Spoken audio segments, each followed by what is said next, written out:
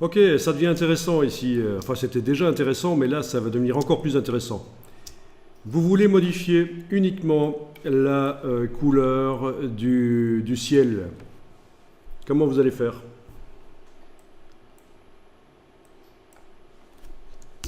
Peut-être un petit calque de réglage au-dessus de l'objet dynamique.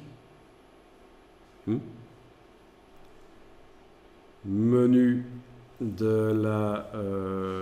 en bas ici, menu des réglages, hein, donc l'icône noir et blanc là. Vous pouvez aller chercher par exemple teinte saturation.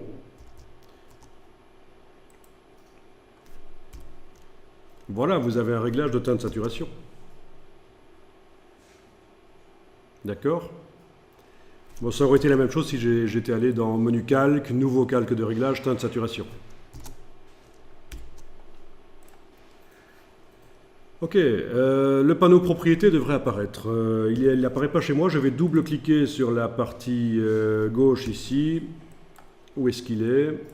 Ok, je vais aller chercher menu fenêtre propriété. D'accord, il doit être sur un autre... C'est génial. Petit problème. Ah, il est là, il était là au-dessus à droite. Ça, c'est un petit problème ici sur quand on utilise un projecteur en même temps que l'écran d'ordinateur, je pense que... Voilà. Donc normalement, quand vous double-cliquez sur la partie gauche, le panneau propriété doit apparaître en grand. Déjà, rien qu'à d'avoir mis le calque de réglage, il aurait dû apparaître tout de suite. Ok, je ne vous conseille pas d'utiliser le curseur luminosité. Parce que pour modifier la luminosité dans une image, il y a mieux que ça. Ça ne va pas bien marcher. Par contre, saturation éteinte, vous allez pouvoir l'utiliser, tout en sachant qu'on a démarré d'une image JPEG et qu'il y a de la compression dedans et que corriger les couleurs risque de faire ressortir de la compression. Et en tout cas, voilà, vous arrivez à modifier les couleurs. Curseur teinte, curseur saturation, d'accord? Marrant ça. Ok, je veux modifier la couleur du ciel. Uniquement du ciel. Et ça modifie tout, bien sûr. Donc, qu'est-ce que je vais faire ici? Ben, il faudrait que dans le masque de fusion du réglage, j'aille dessiner au pinceau sur la montagne pour qu'elle ne soit pas, modifiée par le calque de réglage. Par exemple comme ça. Voilà, je prends le pinceau, je dessine, c'est le calque de la montagne qui apparaît. Je veux dire, les couleurs de la montagne qui apparaissent. Ok, je vais quand même mettre autre chose que du vert, ce sera mieux pour la démo. Voilà, je vais mettre en rose. Donc quand je clique sur la partie droite ici et que je dessine sur la montagne, ça empêche qu'elle soit devenue rose dans mon cas. Ok, mais c'est un peu idiot ça, parce qu'on a déjà fait le boulot. On ne va pas redessiner sur...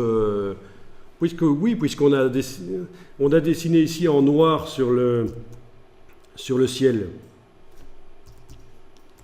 Donc ce qu'il nous faut, c'est la même chose, mais sauf que le ciel doit être blanc et les montagnes noires ici. On est d'accord? Bon, donc voilà une solution que je vous propose ici. C'est de générer une sélection au départ du masque du filtre. Et pour faire ça, pour générer une sélection, il faut enfoncer... alors il va falloir... dans ce cas-là, ça ne va pas marcher. On va faire autrement. On va transférer une copie. Oui, parce que ce n'est pas un vrai masque de calque, donc ça ne marche pas. Sur un masque de calque, ça marche, mais pas sur un masque de filtre. Donc on va faire autrement. Pas oublier cette histoire de générer la sélection. On va transférer une copie de ceci là-dedans. Normalement, si j'enfonce la touche Alt et que je déplace là, ça ne marche pas non plus. Super. Excusez-moi, c'est des choses qui peuvent arriver. On va faire autrement encore. Ok, donc voilà la seule solution, puisque les autres ne marchent pas. Générer une sélection ne marche pas sur ce calque-ci. Avec la touche commande du Mac ou contrôle du PC, j'arrive pas à générer une sélection. Déplacer le masque ici et en faire une copie là, ça ne marche pas non plus. Donc, en effet, tu as trouvé, c'est ce que je voulais vous montrer, touche Alt, on clique sur le masque, on l'affiche en grand, on fait sélection, tout sélectionner, édition, copier, puis touche Alt sur le masque du calque de réglage, il s'affiche en grand, et on fait édition, coller. Voilà, donc finalement on a réussi à transférer le masque de là vers là. Touche Alt, il s'affiche en grand. Et puis il faut faire un négatif. Ben oui, il faut faire un négatif là-dessus. Il faut que ce qui est actuellement noir devienne blanc et inversement ce qui est blanc devienne noir. Donc on va faire un commande I, ce qui correspond à image réglage négatif. Le commande I, CTRL I sur le PC. Voilà. Est-ce que ça a été pour faire ça? Donc ce qu'il faut retenir de mes petits cafouillages, c'est que voilà, j'utilise plein de logiciels. Je ne me souviens pas toujours exactement de ce qu'il faut faire, mais ce n'est pas grave du tout. C'est normal. Vous non plus, vous ne devez pas vous souvenir exactement de la procédure et chaque fois, tip-top, retomber sur la bonne procédure. L'essentiel, c'est de comprendre le logiciel et d'avoir plusieurs possibilités et d'y arriver finalement. Il y avait d'autres possibilités d'y arriver aussi. Voilà. Donc je vais annuler ça et répéter la procédure. Toute la procédure, la voilà, j'ai tout annulé en fait. Je veux dire, je n'ai pas de sélection, je n'ai pas de masque qui s'affiche. Il faut que j'aille en arrière ici, ce sera mieux, voilà. Ok. Donc je veux transférer une copie de ce masque ici, là-dedans. Par les méthodes que j'utilise d'habitude, ça ne marche pas parce que ce sont deux masques qui sont de nature différente. Il y a un masque de filtre dynamique et il y a un masque de calque. Donc la solution, c'est touche Alt et cliquer sur le masque ici pour l'afficher en grand. Sélection, tout sélectionner. Donc j'indique à Photoshop que je travaille sur tous les pixels noirs et blancs qui sont là. Édition, copier. J'ai envoyé dans le presse-papier ces pixels noirs et blancs. Puis, touche Alt sur le masque du calque de réglage. Il s'affiche en grand et je fais édition coller. Donc les petits pixels noirs, les traits noirs que j'ai fait là tout à l'heure qui sont foireux vont disparaître. Ils vont être remplacés par ce qu'il y a dans le presse-papier. Édition coller. Voilà. Donc j'ai ce que je voulais, presque. En tout cas pour l'instant j'ai la même chose dans les deux masques.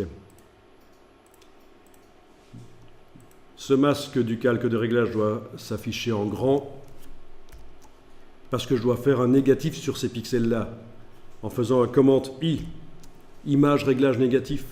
Voilà. Ben oui, puisque j'avais dit que ce calque de réglage doit agir sur le ciel. C'est le ciel dont je veux modifier les couleurs. Voilà, voilà. Ok, on peut désélectionner, touche Alt et voilà. Donc en cliquant sur la partie gauche, ici, ça fait apparaître dans le panneau propriété l'état de saturation et je peux modifier uniquement le ciel. C'est génial. Voire même le désaturer complètement, le faire gris, ça peut être bien aussi. Ça dépend de ce qu'on veut faire comme effet.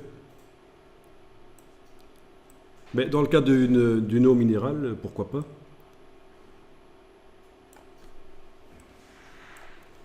Ok. Ah, il y a des petites retouches à faire parce qu'il reste du ciel dans les arbres. Il faudra aller travailler sur le masque au pinceau pour aller régler ça. Aller dessiner en blanc. Voilà. C'est une des solutions. Bon, ça a tendance à enlever les couleurs un peu, mais bon, voilà.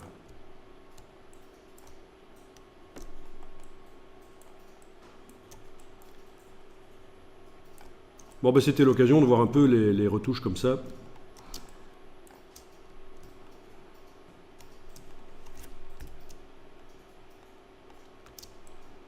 Ok, donc